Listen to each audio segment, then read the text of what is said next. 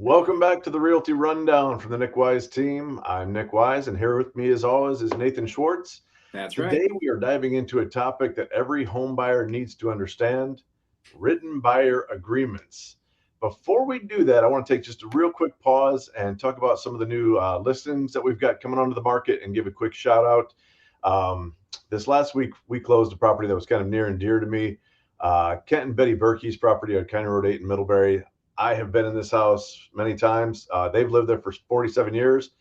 I'm almost 47 years old. I grew up in the church with them, and so it was just a really special opportunity to help them transition to this next chapter in their life. So I wanted to give a shout out to that.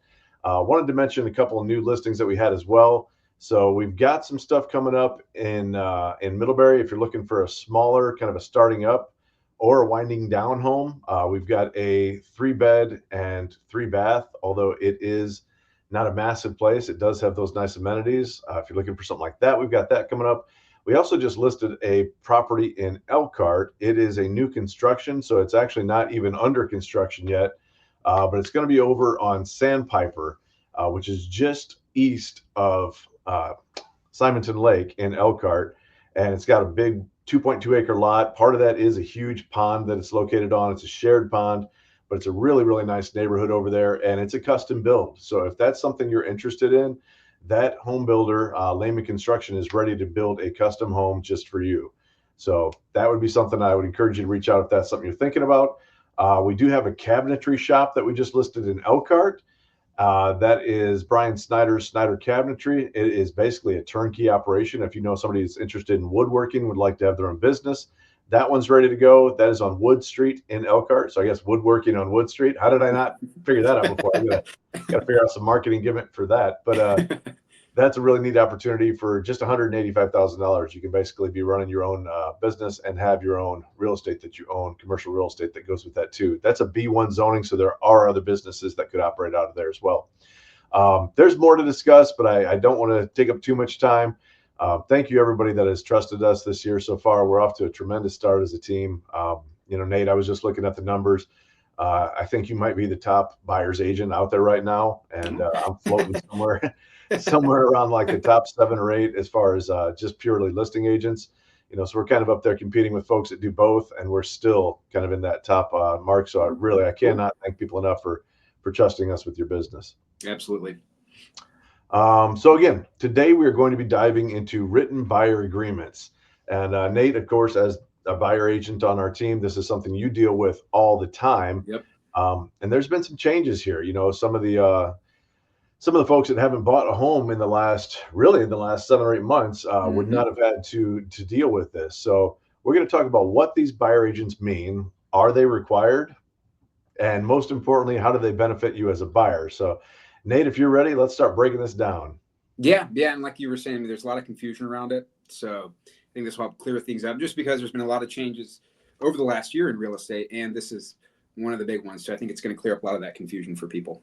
Yeah. Let's start right with the basics. What exactly is a written buyer's agency agreement?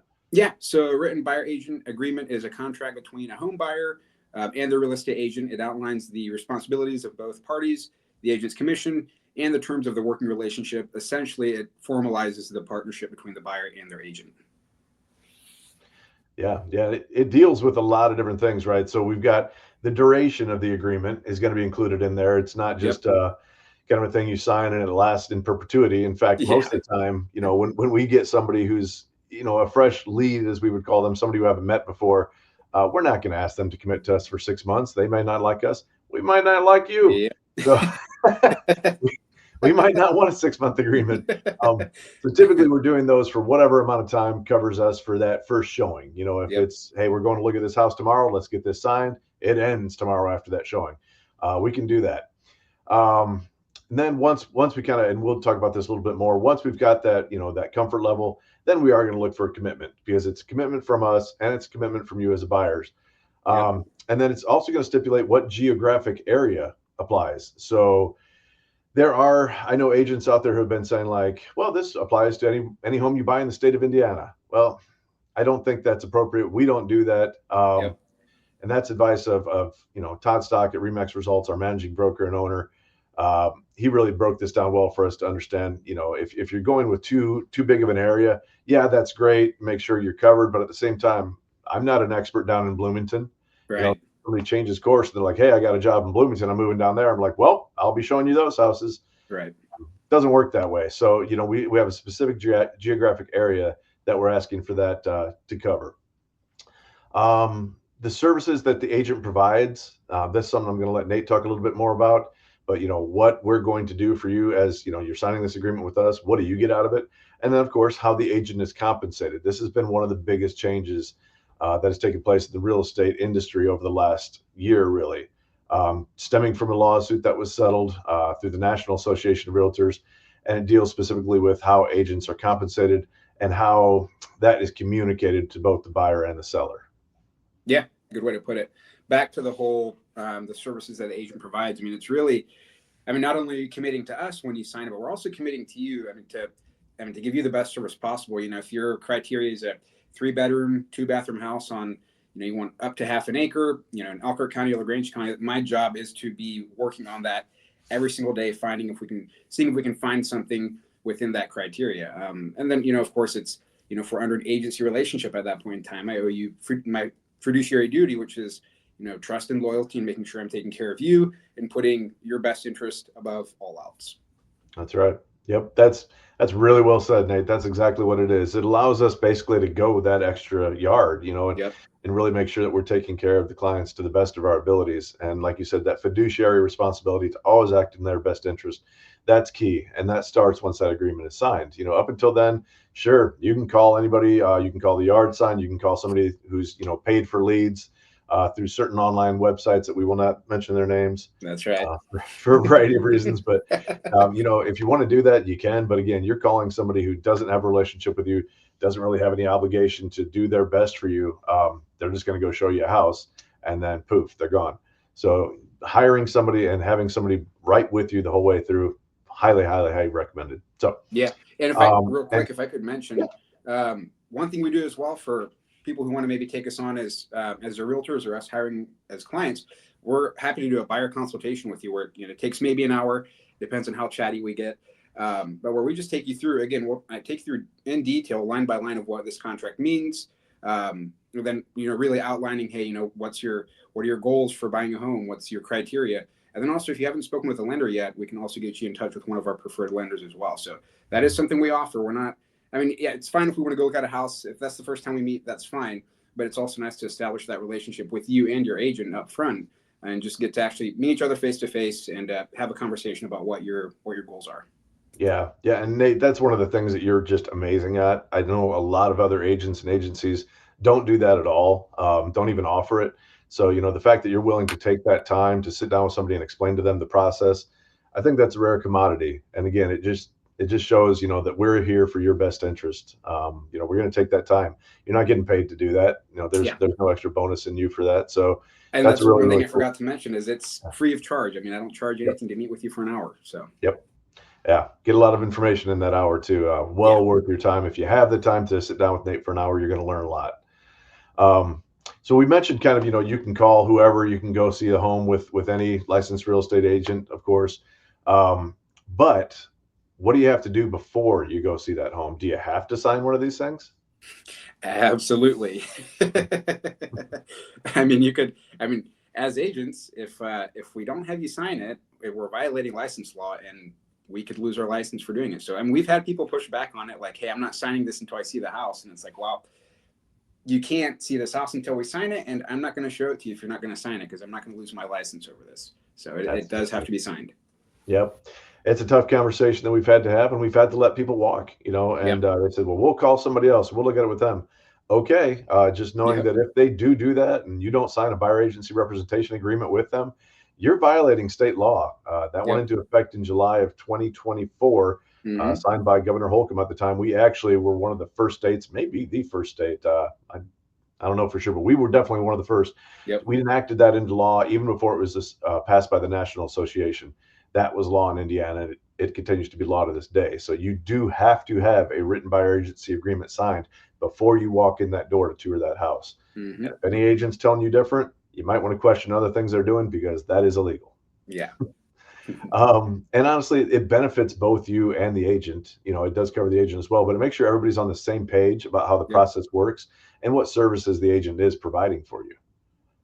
Yeah, So, agreed. Exactly right. A lot of buyers don't realize that real estate agents don't get paid until the transaction closes. So a buyer agent agreement ensures that both parties are committed to working together as well. So yeah, yeah. It'd be cool if we were paid by how many lights did I turn on today? I get $5 a light, kind of a thing, but it doesn't work that way. nope. There's plenty of times where we'll work with somebody for a very long period of time. We don't get paid a dime until that Yep. transaction is closed. So it's a lot of risk. It's a lot of obviously it's a great career and it's rewarding, Right. but it is a lot of risk that we put forward up front. Well, this buyer agency agreement protects again both sides to make sure that there's a mutual understanding. Absolutely. And again, why would a buyer want to sign with these agreements? What's in it for them, I guess? Yeah, so great question. So the key benefits to buyers is exclusive representation. So, I mean, when you're signing this with us, we're your exclusive realtor, and I mean, I'd say you're our exclusive client, but we're also working with many other clients as well. But we're your exclusive realtor, to where if you need something, if it's 8 o'clock at night and you find this house you want to look at, I mean, we're there to help. I mean, Nick and I say this a lot, but when our eyes are open, we're open for business. So that's one of the benefits. Clear expectations as well. So you'll understand exactly what services the agent will provide, but then also negotiation power as well. So a dedicated agent will negotiate on your behalf to get the best deal. And also, one last part too is market expertise. So you'll get a professional's insights on pricing, local trends, and available homes. So there's a lot of benefits to it rather than just. I mean, it's definitely your prerogative of what you want to do. But we've seen people who just they'll tour, do a 1 day contract with an agent, and then the next day they do another one with another agent, and that's fine. But eventually, I think it's going to be to your benefit if you can actually sit down with someone or get to know someone, get to know an agent very well, and make sure they're a good fit for you, and just work with them until you find a home. It's going to Yep. benefit you. Most important thing is you find somebody you know and trust and feel comfortable with. Yep. Obviously, we highly recommend that you work with us. One of the reasons being that we list a tremendous amount of homes. We're one of the premier listing agents in northern Indiana, north central Indiana, especially Elkhart County. Mm-hmm. And so we're constantly getting leads on new listings that are coming up. If you've already got a written buyer agency agreement with us, we can share that information with you. We can make sure, hey, this home is hitting the market, Friday at 9 a.m. We're going to get you in there at 9:01 to look at the home. We've got Right. that opportunity in that situation, so you're going to get that market expertise and you're going to get more of our time and more of our resources by signing that buyer agency agreement. So Yeah. I think that's a big, big part of it. There's some myths, that have already kind of started with the buyer agency agreement. So I wanted to address these as well. Nate, what are some of the common misconceptions that you're seeing out there? Yeah, so one of the big ones is that signing an agreement locks them into working with one agent forever. Like there's no end date. Mhm. That's not true. These agreements have an expiration date, and most can be terminated if either party feels it's not working out. Actually, for me personally, if you sign on with us, I make a note in further conditions that you retain the right to rescind the contract at any point in time. So if things don't work out between us, or if you just decide you're not going to buy a home after all, doesn't offend us. One thing I tell people is if we just end up not getting along, I'm certainly not going to force you to work with us, because that's going to make an awkward experience for both you and I. So, Yeah, I think that's a really, really good point right there. And that's one of the other extras that, that Nathan does is, give you an out. If it ends up being not a good match, maybe you thought at first it was going to be a great thing. And then I don't think it's happened yet, but maybe if there's somebody that says this guy, Nathan, he's no good. He's not going to work out for us. They can terminate that agreement. That's something yeah, that we add in. That's kind of an extra personal touch that we do. Just so you don't have to have that concern like, oh my goodness, I signed a 6-month agreement. Now I'm stuck with this person. Not with us. You're not. We'll let you out of that agreement. If you're not comfortable working with us, we certainly don't want to tie you down and force you to do so. yep, That's not going to be a good process for anybody. yeah, exactly. Um, yeah, another myth that I've seen is just, we kind of talked about it, that it benefits only the agent. Again, like, oh, you're locked in, you're stuck with us. But as we mentioned time and again here, it does benefit the buyer tremendously. You're going to get a lot more resource. You're going to get a lot more expertise that comes along with having us in-house already. Yeah, exactly. There is also a concern about commission payments. Some buyers worry that they'll pay out of pocket. In many cases, the seller still covers the agent's commission. It just depends on how the contract is structured. But yeah, so I mean, we can ask the sellers, if you want. We can ask the sellers to pay that commission for you. Yeah, and that's so the way the written buyer agency agreement is basically written. It says, "Hey, I agree to my realtor having the compensation of X amount, and of course it's always negotiable, but my realtor would be compensated an X amount, and my realtor will do their best job to negotiate that commission be paid by the seller. And that is generally what we see happen. It's pretty rare actually that the buyer is responsible for that commission. Obviously, that's not our goal. If you're out there, you've already got your mortgage closing costs, typically, unless you're a cash buyer, the down payment, all these other things that are happening for you, inspections, you're paying for a lot of things. We're not expecting you to pay for our commissions. That's how the contract has to be drawn up. But then we are going to go on your behalf and negotiate that commission to be paid by the seller. That is always our goal. And I think that I can't think of one example recently, literally since this went into effect, where we've had to say, hey, Mr. Buyer, you need to pay our commissions. If that happens, then I would, I think we're on an understanding that we maybe haven't negotiated as strongly as we could. And we're going to make sure that doesn't happen for you. So it's just one of those things. It has to be on that agreement. If it's not on the agreement, we actually cannot get compensated. That's another part of that state law. If it doesn't say, hey, you'll be compensated up until this amount, we can't do it. We can also amend that. So it is not hard and fast. If we negotiate with the seller, they say, we're willing to pay X amount, we can amend that agreement and say, yep, okay, Mr. Buyer, here our written agreement has changed. We're only going to be compensated this amount. So again, our goal is to collect that from the sellers, not from the buyers. The buyers got enough to worry about in that situation. So, Nate, that's a lot of what I wanted to cover. I mean, are you, so typically, obviously you're the one writing up most of these agreements because you're representing our buyers. Are you typically seeing a certain time frame that you and the buyer feel more comfortable with? So I would say, you mean as far as like the duration of the contract? Yep. Yeah. So I've seen, I'd say more often than not, people usually sign on for about 6 months or so. I would say it's more so about their comfort level with me.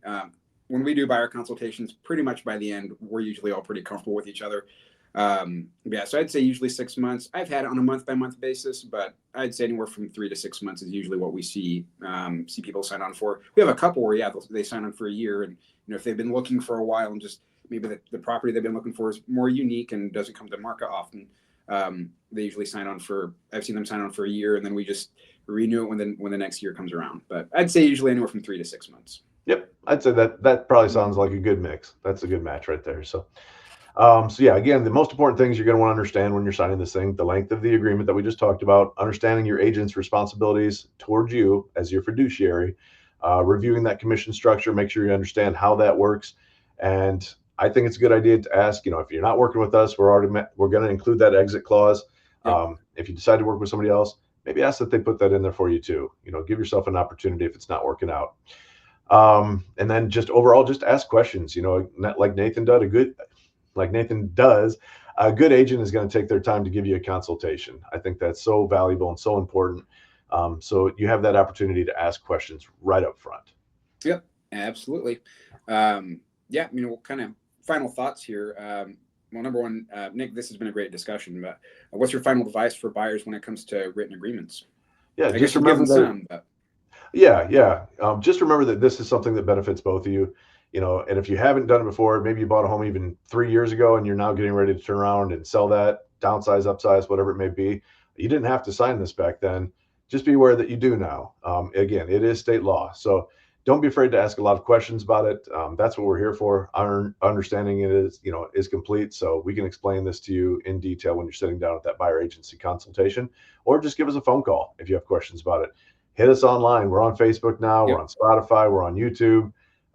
We'll probably be on CNN pretty soon. That's probably. right. Maybe if you're listening out there, Wolf Blitzer. Is he alive still? Nate's like, who's Wolf Blitzer? I don't even know if he's alive. Oh my God. I love it. All right. Well, guys, if you're working with a great agent, they're going to be happy to walk you through the details. That's what you should remember. Absolutely. And if you're thinking about buying a home and want an agent who's dedicated to your success, reach out to the Nic Wyse team. We'd be happy to help you guys out. That's right, guys. Well, that's it for this episode. Appreciate you tuning in to the Realty Rundown from the Nic Wyse team. And remember, Nick knows, get wise replies. We'll see you next time. Thanks, guys.